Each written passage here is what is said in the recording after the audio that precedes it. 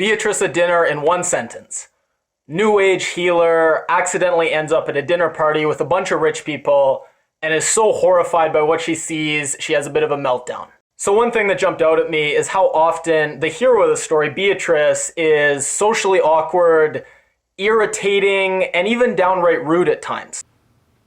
You have poor social skills. You have a problem. Someone will ask her something like, "So Rolfing, you go to school for that?" And then she'll launch into a story about her entire life and just drone on and on until everyone's eyes at the table start glazing over.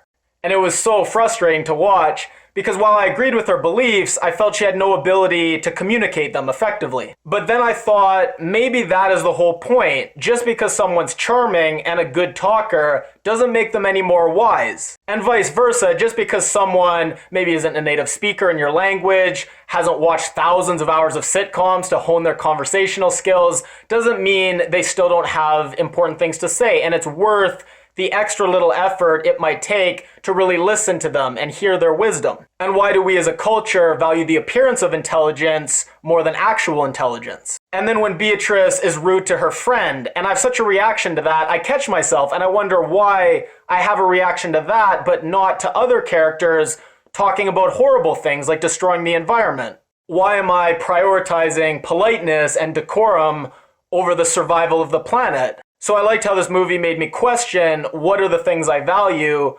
and are those really the things that are most important? Second thing about this movie that I loved was its depiction of evil and what that really looks like. Now John Lithgow, he's a legend. He did such a good job. I know somebody who's kind of that type of person, and a lot of the times when he was on the screen, I felt like I was looking at that person I knew in real life. That's how good a job he did when he says things like, "I've been to the buffet of life and I've sampled everything." It's just so perfect. Even the way he says it with that little bit of self-deprecation, like he knows it's a dickish thing to say, but he's going to say it anyway. It's just so realistic. And then when he mistakes Beatriz as a housekeeper, and rather than apologizing, just goes on the offensive, "Oh, I'm sorry, you were hovering there." It's exactly what someone like that would say. And this movie does such a good job showing the banality of evil. He's not sadistic. He doesn't enjoy other people hurting. He just says, look, I know the planet's doomed. It's not going to be around much longer. So I might as well have fun in the brief time that I have here. And it's so interesting because for all his talk of optimism and progress, he's really fatalistic and pessimistic. And that's where his evil really stems from. And you don't just see a great depiction of evil, you also see all the characters adjacent to him, whether it's those that want to be like him, whether it's those that just don't really care, or whether it's those that do care, but for different reasons are willing to look the other way. A lot of big critics say this skewers the Trump era mentality, and I hate how all these critics working for these big corporations are pretending this movie is about Trump when it was written 2 years before Trump even ran for president, and is actually about the systemic greed and horrible policies of the past 80 years or so. It's not meant to be a critique of just current times. It's so much broader than that. I know they're doing it for clickbait and more views, and I'll probably do the same. I'll probably put Trump in the hashtags of my video, but still, it bugs me. So what did the ending mean? A lot of people hated the ending.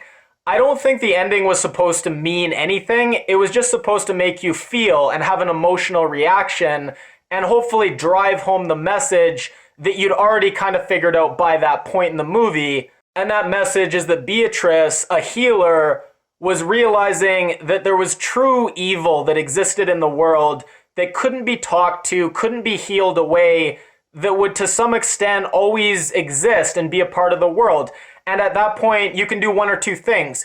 You can give up, or you can commit to every day doing your part to struggle and offset that evil by doing your small part of good, and realize that there may never be a victory. Evil may never be vanquished, and even the prospect of progress and, making the world better becomes a bit dubious. Maybe all you can do is do your part to constantly, consistently combat evil and have it not completely run roughshod over the week. So Mike White is the writer of this. He's one of the biggest unsung heroes out there. He does such good work. Most people will know him, though, as Jack Black's milquetoast friend in School of Rock. Dewey, a substitute teacher is not a temp. He's a babysitter. And then the secretary from American Psycho is also in this. I knew I recognized her somewhere, but I just couldn't place her. I had to look it up. And then the butler was this guy from the awesome No Frills commercial. You'll get so many emails. If you like my video, please give it a thumbs up. If you haven't already, click my face to subscribe. And if you leave a comment, I'll read it and reply.